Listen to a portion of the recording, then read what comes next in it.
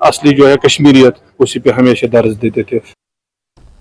Shia Waqf board ने श्रीनगर के छतबल में मुल्क की हिफाजत में उलमा इकराम की जिम्मेदारी के उन्वान से 1 रोज़ा कौमी सेमिनार का इनेकाद किया।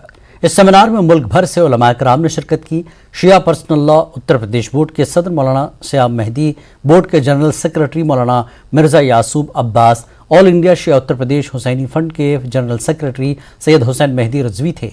मौलाना मुस्तफ़ा अली फैज़, मौलाना असलम ने इसमें शिरकत की।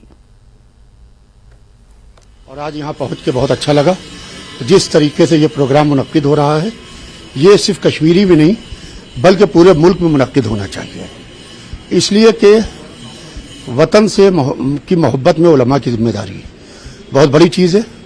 इसमें उलमा को एजुकेशन के ऊपर जिस तरीके से काम करना चाहिए है, आगा अली अब्बास साहब जिस तरीके से इस वक्त कर रहे हैं, इसके अलावा जो दूसरी चीज़ है वो ये है कि हम अपने मुल्क को जोड़ने की पूरी कोशिश कर रहे हैं।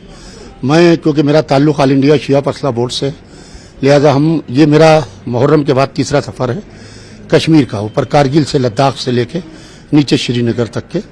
तो बहरहाल हम लोग इस बात की कोशिश कर रहे हैं कि अपने मुल्क को जोड़ने की कोशिश करें, और इसके अंदर जो उलमा किराम की अहम जिम्मेदारियां हैं वो जिम्मेदारियां आवाम तक के पहुंचना चाहिए।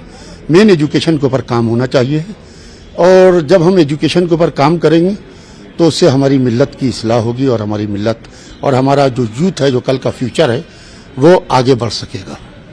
ये कॉन्फ्रेंस जो नेशनल लेवल पे बरगुज़ार की जा रही है, इसमें हिंदुस्तान के मुख्तलिफ़ इलाक़ों से उलमा हज़रात तशरीफ़ लाए हैं।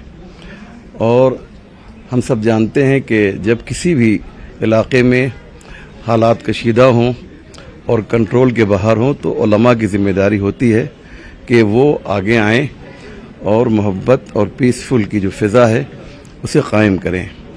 आज की कॉन्फ्रेंस का सबसे बड़ा मकसद ये है कि तमाम मज़ाहिब के दरमियान हम लोग मिलकर एक ऐसा पैगाम दें जिससे जो दूरियां हो गई हैं थोड़ी बहुत, वो दूरियां ख़त्म हों, वो फासले और वो जो गैप है वो ख़त्म हो सके।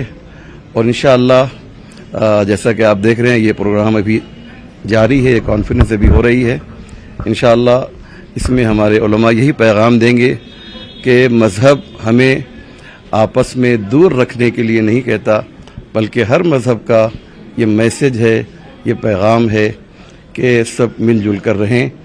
और हम सब की मिसाल, सारे मज़ाहिब की मिसाल एक गुलदस्ते की हुआ करती है।